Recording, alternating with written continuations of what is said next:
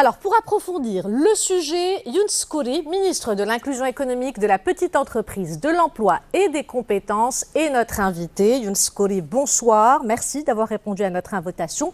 Alors, bonsoir. Pour commencer, quelles sont vos attentes par rapport à cette prime d'appui à l'emploi et quels en sont les objectifs exactement?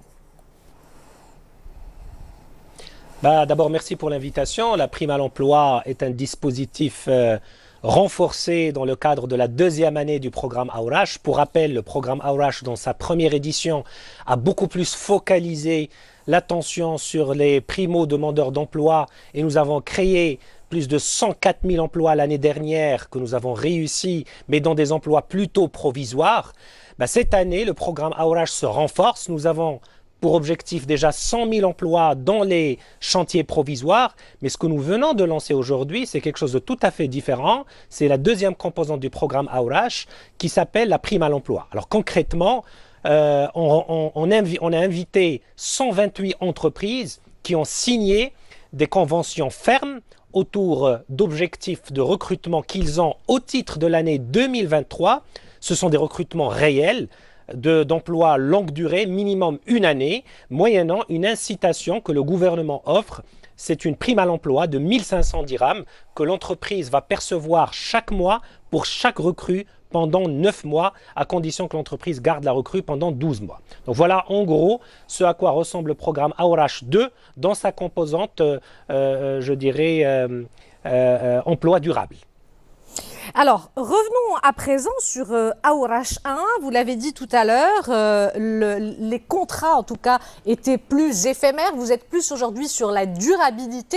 Quelles sont les expériences que vous avez tirées de cette première expérience et que vous avez voulu fructifier dans ce deuxième programme?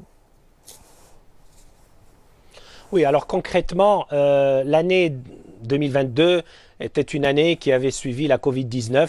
Nous étions dans l'obligation de fournir à nos concitoyens, surtout ceux qui avaient perdu leurs emplois à cause de la Covid-19, d'emplois immédiatement. Et donc nous avons eu recours à la société civile, donc c'était des associations, des coopératives qui ont fait le travail, qui ont recruté autour de chantiers d'intérêt général qui étaient de 4 à 6 mois. Et nous avons assuré les salaires, pratiquement le SMIC, pour toute personne qui a travaillé. Les salaires ont été versés pour 104 000 personnes. Ça, c'était 2022. 2023, nous avons tenu une réunion présidée par monsieur le chef du gouvernement en présence de tous les ministres concernés, donc il y en a pas mal d'ailleurs, à la fois dans les secteurs productifs, mais également dans les secteurs sociaux. Et nous nous sommes dit, nous allons garder Aourache dans la formule de 2022, c'est-à-dire les emplois provisoires, mais nous allons lancer aussi Aourache pour des emplois durables avec des recrutements par les entreprises conformément à leurs besoins spécifiques. Donc nous avons plusieurs secteurs, nous avons réuni 128 entreprises. Sur l'objectif des 50 000 que nous avons annoncé pour 2023, nous avons sécurisé rien qu'aujourd'hui plus de 30 000 emplois fermes signés avec toutes les entreprises qui étaient là dans plusieurs secteurs, à la fois sociaux mais également naturellement productifs. Et donc concrètement, nous avons incité le secteur productif marocain, les sociétés, les entreprises marocaines et surtout nous avons aussi une offre dédiée à la très petite et moyenne entreprise. Pour la première fois dans l'histoire des gouvernements du Maroc, nous avons un programme qui aide les entreprises à recruter même pour des non-diplômés.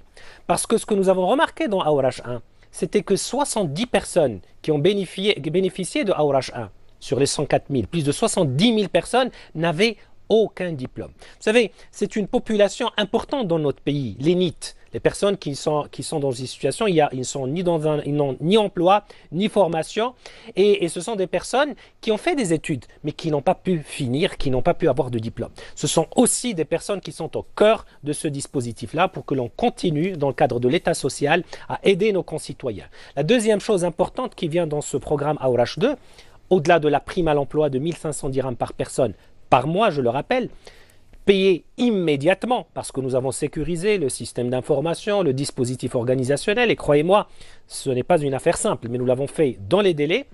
Il y a une deuxième chose, c'est que nous payons également les frais de la formation.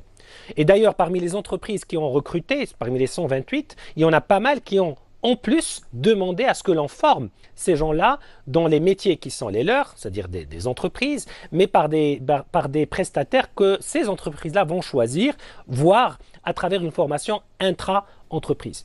Donc, c'est un travail important. Je peux vous dire que nous lançons quelque chose que je peux qualifier d'historique, parce que c'est quelque chose qui est à l'échelle, c'est 50 000 emplois, et les entreprises qui étaient présentes dans cet événement aujourd'hui n'étaient pas invitées pour comprendre le programme, elles ont été invitées pour signer des engagements fermes qui correspondent au travail que leur directeur des ressources humaines ont fait par rapport à des besoins identifiés que nous allons suivre à travers l'Agence nationale de la promotion d'emploi et des compétences pour nous assurer que ces personnes-là ont été réellement insérées, et nous allons donner le bilan, Inch'Allah, très très bientôt.